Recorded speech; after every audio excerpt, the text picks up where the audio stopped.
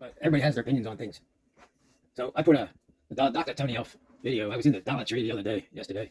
I think I got the sniffles. Just had breakfast with hot sauce. But I saw the old social distancing signs on the floor. I didn't think, if anybody thinks I was concerned that anybody was disobeying the law, social distancing law. No, I wasn't concerned. It was more of a mockery to the common sense of people. You see, I knew that they were the old signs, Alaskan Insights. I knew that they were the old signs. I didn't think that they were new.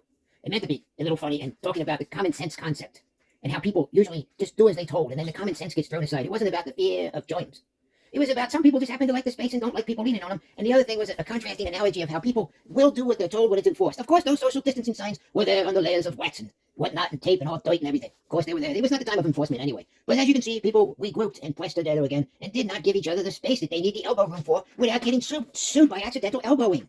No, one time I remember my uncle was in a place, and he was in a place where there were foreign people in the culture over here, but they were living as if they were over there. And he said they were like literally leaning over his back as if his back was a table. His back became a table for them. This is how the intrusive mindset of a culture takes over and invades the space of a bystander, just minding his own business, minding his own elbow space, and somebody turns his back into a literal table. They started eating off his back. They had, what do you call this, fried chickpea snacks. They put a bowl of that on his back, and, here we go.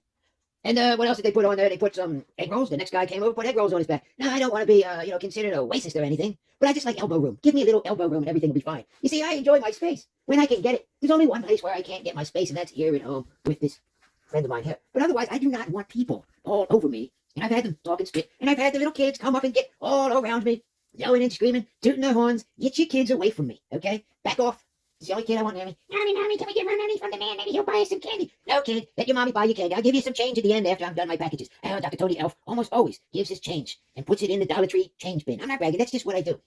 But anyway, back to the topic. I just want a little elbow room. There has to be a little room for common courtesy sense. That's all. Yes, I remember peeling those stickers off. Anyway, that's about it.